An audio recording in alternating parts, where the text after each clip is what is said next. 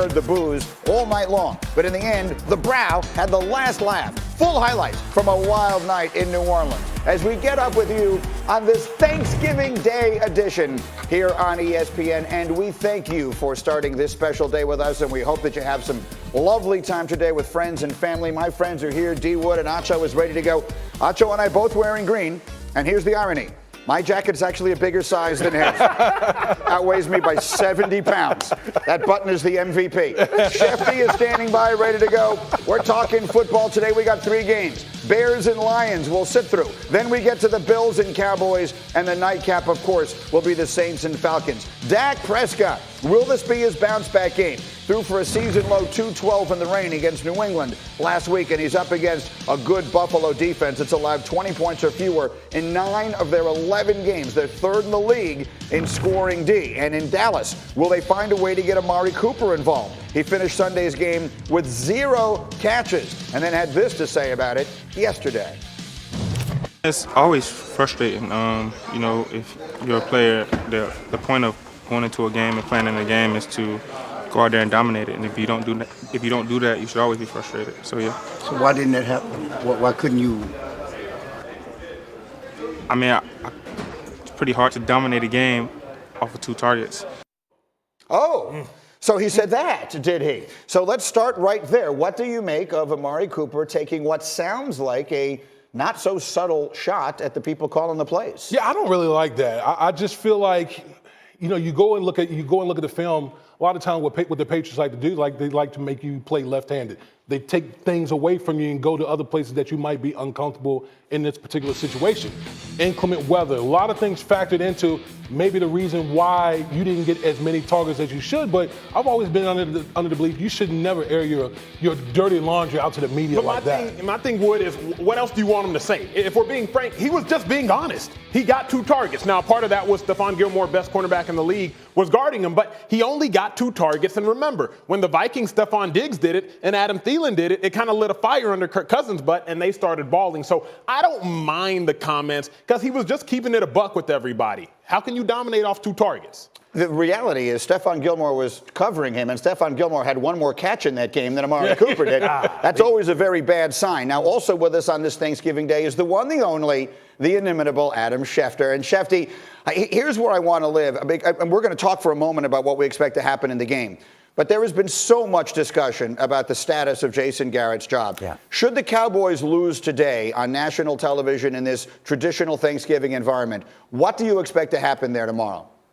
Nothing. That's what I would expect tomorrow. Again, Jason Garrett right now is in the last year of his contract, and everybody is talking about his future. The fact of the matter is Jerry Jones doesn't even have to fire Jason Garrett. He just simply has to not renew the contract. And just because the Cowboys lose today, do you think that they're going to make a change when they're in first place? They're in first place right now, Greeny. They've got a chance to win this division as poorly as they've played, and despite the fact that they have not beaten a team this season that entered the game with a winning record. So Dallas has failed to live up to those expectations. We've heard Jerry Jones speak out very loudly, but the fact of the matter is all he has to do is sit back and not renew the contract. He doesn't have to take any action at this point in time, not when Dallas is in first place. And here's the interesting thing, Schefter, stay with me there. You told me in the meeting this morning you don't think the Cowboys win today. I don't. I feel like Buffalo, I think it's strength on strength for Dak Prescott going against that Bills defense, particularly that pass defense. And I think Josh Allen has been playing a lot better. That's an aspect of Buffalo that's going to give the Dallas Cowboys problems. The fact that Josh Allen is an athletic quarterback that can run. Hell, Jeff Driscoll was running all over the Cowboys. Even what do you think Josh Allen's going to do? I got to say this, though, Greeny. Going back to Jason Garrett and what Schefter just said, him not being fired, that makes sense, but everybody has to remember, the college football season is about to end, too. And if the Cowboys are going to look to hire somebody, there are probably a couple college coaches that they might want to make a move on before that Black Friday happens. I think good is the enemy of great. Jason Garrett has been good, but the Cowboys team needs to be great. I think if they don't win today, to Wood's point, you have to make a move before the season ends. Do you expect them to win today? No, I think the Bills are very good football. Wow, that's 2 out of 2 saying they think Buffalo beats the Cowboys today. We'll be here tomorrow to break it all down for you. Obviously, we'll all watch it this afternoon. Meanwhile, Schefter, come back to me here. Let's run the hurry up with some interesting injury stuff. Tonight, the nightcap, we got the Falcons and the Saints. What's the deal with Julio Jones and the shoulder? Yeah, Greeny, he's listed as questionable with that shoulder injury. Going to be tough for him to play out there tonight on that shoulder that didn't allow him to finish the game on Sunday. And if he can't play, keep in mind they already traded away Mohamed Sanu. They're without Austin Hooper. They do get back Devonta Freeman, their running back, but Julio Jones right now questionable, and it's going to be difficult for him to play tonight against the Saints, in my mind. Enormous impact on my DraftKings roster. Meanwhile, Lions, what do we expect out of David Blau? And that is the pronunciation today. Well, it's amazing. You think that Matthew Stafford has started every season, every single game since 2010, and now the Lions are on their third different quarterback within the last month. Jeff Driscoll has a hamstring injury. He won't play. Matthew Stafford's got the back. And so they turned to Jeff Blau, who we don't know that much about. He played with Cleveland, was an undrafted free agent. But we're going to find out what David Blau can do today against a tough Chicago Bear defense as the Lions turn to their third-string quarterback today. Not what people were expecting on Thanksgiving Day. We know so little about him that it took Hembo a little time this morning to get me a pronouncer on the last name. In the meantime, let's get to a quarterback who everyone is paying attention to, and that is Lamar Jackson. And what might be the biggest interconference matchup of the season this weekend, the Ravens and the 49ers, and Lamar Jackson just insane. He's recorded 18 touchdowns since his last turnover. But this week he's up against the number one defense in the league. Baltimore is right now tied with New England for the best odds to make the championship game, according to Caesars. Our friends in Vegas give San Francisco the second best such odds in the NFC, only behind New Orleans. But Earl Thomas of the Ravens says he knows one team that's going to be the NBA game of the night last night. It was a homecoming and not a happy one for Anthony Davis in New Orleans. There as a Laker for his first game back with his old pals like Drew Holiday and some of the old fans who remember him fondly, but most of them did not.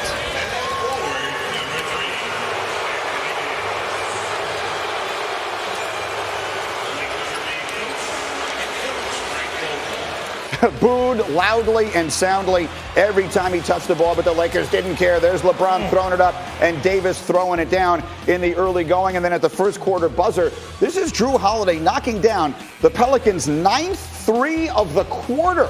They were up 38-25 after one. Third quarter, Lakers are down 12, but they're not giving up. There's Anthony Davis working hard inside, and keep your eye on the play. Alex Caruso knocks it away, and now there's a couple of quick buckets, and just like that, it's an 8-point game. Then watch this moment here, final seconds of the third. Look at Anthony Davis. You know he's had the problems with the shoulder. This time it's the elbow. Josh Hart running right into the elbow right there.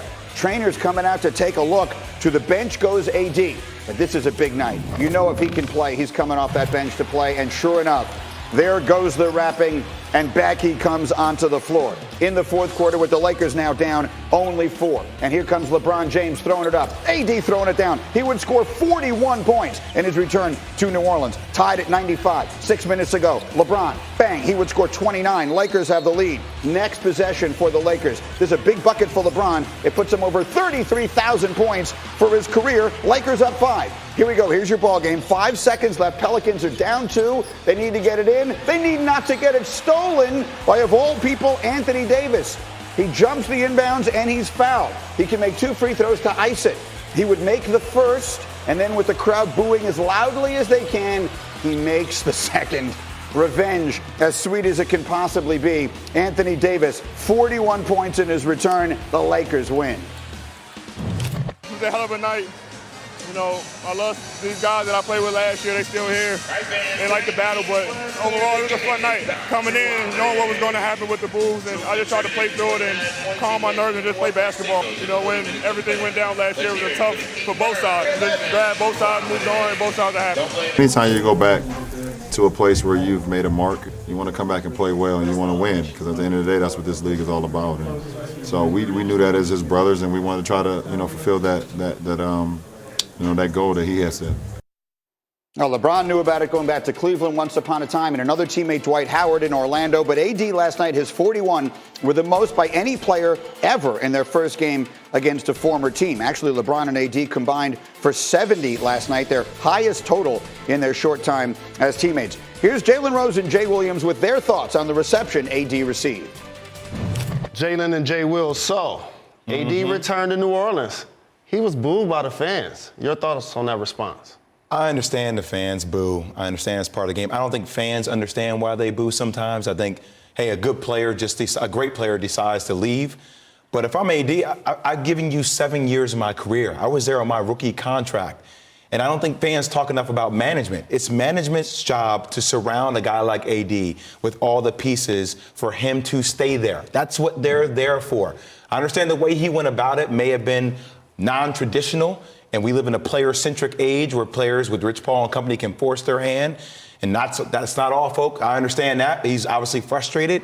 But, I mean, look, he showed them why they miss him because he was dropping buckets on them last night. I know, but here's the thing. Booing is just something you're allowed to do when you buy a ticket. If one of the best players in the history of your franchise that leads it in points, rebounds, and blocks doesn't want to be there anymore, you're going to be disappointed. That's why the Raptors fans are going to cheer Kawhi, unlike when LeBron and KD returned to their previous situations, because he actually delivered.